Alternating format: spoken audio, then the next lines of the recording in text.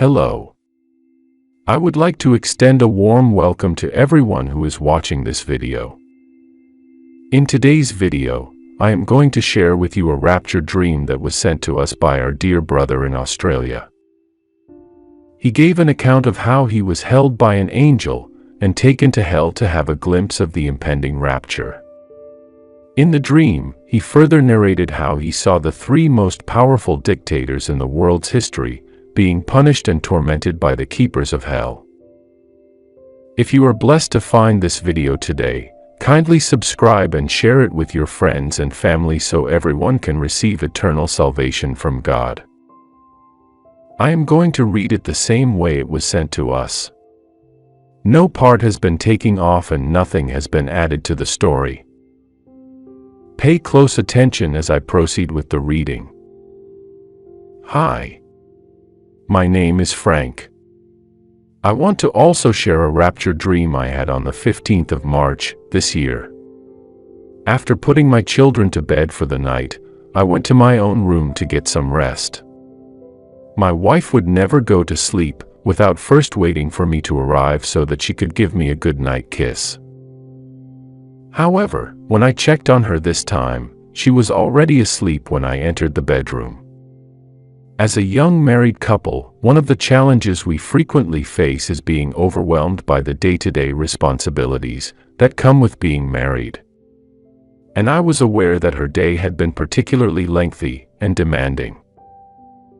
And since my wife had been keeping a close eye on my weight and would scold me if she caught me eating something I shouldn't in the night, I decided to take advantage of this rare opportunity and head downstairs for a late-night snack. I crept downstairs, opened the refrigerator, and cut myself a piece of cake while trying to remain as quiet as possible. My wife is an excellent cook, and this decadent chocolate cake topped with frosting was one of her creations. At the table, I sat down with my slice and dug in.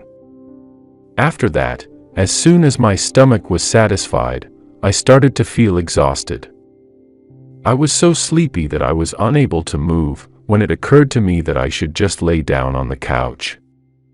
The dream started as soon as I slept off. I started to pick up on strange voices, and I had the sensation that my consciousness was leaving my body. I came to a stone stairway. It was quite large and entirely constructed of stone. It continued down, but as it reached the bottom, there was nothing but darkness there. I hesitated before looking up, but when I did, I saw that the stairway dead-ended, just where I was standing. There was no way to proceed forward. I was filled with an overwhelming sense of terror. Everything was pitch black around me. Then, all of a sudden, I felt a presence that was completely pure and uplifting. I was aware of what it was, and immediately recognized it to be an angel of the Lord.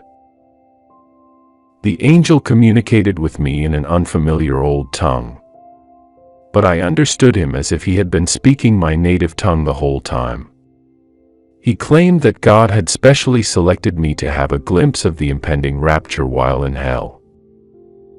He further explained that the end of the world was drawing near, and the only individuals who would be rescued were those who had devoted their lives entirely to serving the Lord.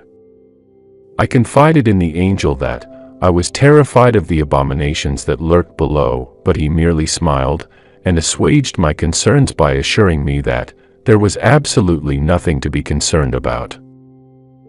He claimed that redemption had already been obtained for my family, but that it was now our responsibility to assist others in doing so before the rapture. As a result, I was at ease now. We started going, and as we did, the staircase vanished behind me and was replaced by new stairs below. It felt like hours passed as we plummeted in utter silence during the entire journey. Then, after what seemed like an eternity, we finally came across a gate. It was crafted from dark iron and wood, and its intricate carvings conveyed unfathomable horrors. This was a gate that led to destruction, or more specifically, to hell.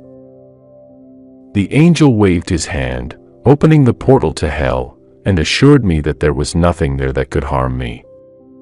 He took me to some horrifying places and showed me the souls of those who did not believe in God, being tormented for all of eternity. The first thing that I noticed were rivers of magma and lakes of fire. After that, there was a barren landscape in front of me that resembled an old forest that had been destroyed by fire. There were corpses hanging from the charred branches, and their eyes were alive with the expression of agony. As we made our way through it, we came to a crater in the earth that had another stairway winding its way around the sides of the crater, leading even lower. The angel led me through it. I noticed that there were cells along the walls as we went. Prisoners, thought to be of utmost significance, were held therein. The angel revealed to me TV personalities and historical figures I was familiar with. They were some of the most notorious criminals, dictators, and warlords in the annals of our history. All three of the world's most famous dictators, Hitler, Mao Zedong, and Stalin, were locked up in dungeons as demons subjected them to tortures beyond human imagining. The angel said that, even though some people believed they were carrying out the work of the Lord, their transgressions were unforgivable, and they would never be permitted to reside in heaven with the Father because of their actions. At the bottom of this pit, a massive creature with the body of a man and the head of a goat sat on a throne made of stone and coal. And there was no question in my mind that I was peering into the core of all the evil that exists in the world. We turned around and headed in the direction of where we came from. The angel reassured me once more that my family and I would be safe as long as we continued to devote our lives to Christ, and that we would spend eternity with the Lord in heaven as long as we were pure, and that my mission upon my return to earth would be to warn people of the impending rapture. When the angel finished speaking, he pointed his hand at me, and I found myself back in my body and in my home. The sun came rising, and I hastened upstairs to see my wife. I told her about my experience, and although it took her some time to accept it, in the end, we came to an agreement that we would work together in order to spread the news of the rapture to the greatest number of people as possible. Christians have a responsibility to point others in the direction of Christ. This narrative serves as a means to that end for me.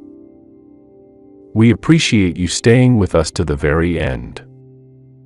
Please help us get this message out to the rest of the world by forwarding it to all of your friends and family members. If you haven't already subscribed to my channel, please do so right away so that you can receive other videos on the Bible in the days and weeks ahead. I am grateful to you, and may God continue to bless you till our next meeting.